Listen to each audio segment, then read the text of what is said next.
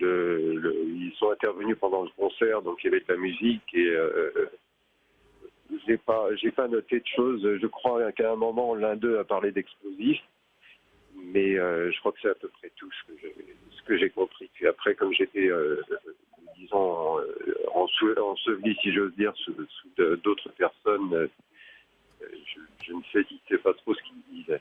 Merci beaucoup. Hormis évidemment les rafales. En tout cas, merci beaucoup pour avoir témoigné ce soir en direct sur TF1 et sur LCI. Il est 23h53. François Hollande prend la parole.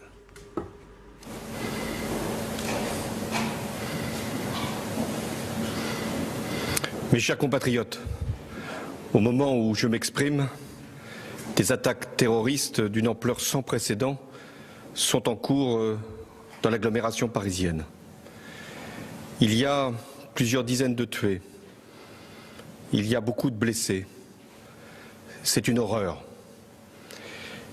Nous avons, sur ma décision, mobilisé toutes les forces possibles pour qu'il puisse y avoir la neutralisation des terroristes et la mise en sécurité de tous les quartiers qui peuvent être concernés. J'ai également demandé qu'il y ait des renforts militaires. Ils sont en ce moment sur l'agglomération parisienne pour être sûr qu'aucune attaque ne puisse de nouveau avoir lieu. J'ai également convoqué le Conseil des ministres. Il va se tenir dans quelques minutes. 2 décisions seront prises. L'état d'urgence sera décrété, ce qui veut dire que certains lieux seront fermés, la circulation pourra être interdite et il y aura également des perquisitions qui pourront être décidées dans toute l'Île-de-France. L'état d'urgence, lui, sera proclamé sur l'ensemble du territoire. La seconde décision que j'ai prise, c'est la fermeture des frontières. Nous devons nous assurer que personne ne pourra rentrer pour commettre quelque acte que ce soit. Et en même temps que ceux qui auraient pu commettre les crimes qui sont hélas constatés puissent également être appréhendés s'ils devaient sortir du territoire. C'est une terrible épreuve qui, une nouvelle fois, nous assaille. Nous savons d'où elle vient, qui sont ces criminels, qui sont ces terroristes.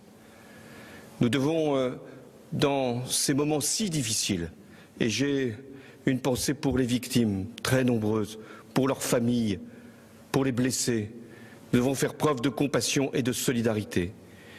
Mais nous devons également faire preuve d'unité et de sang-froid. Face à la terreur, la France doit être forte, elle doit être grande, et les autorités de l'État fermes, nous le serons. Nous devons aussi appeler chacun à la responsabilité. Ce que les terroristes veulent, c'est nous faire peur, nous saisir d'effroi. Il y a effectivement de quoi avoir peur, il y a l'effroi, mais il y a, face à l'effroi, une nation qui sait se défendre, qui sait mobiliser ses forces et qui, une fois encore, saura vaincre les terroristes. Françaises, Français, nous n'avons pas terminé les opérations. Il y en a encore qui sont extrêmement difficiles.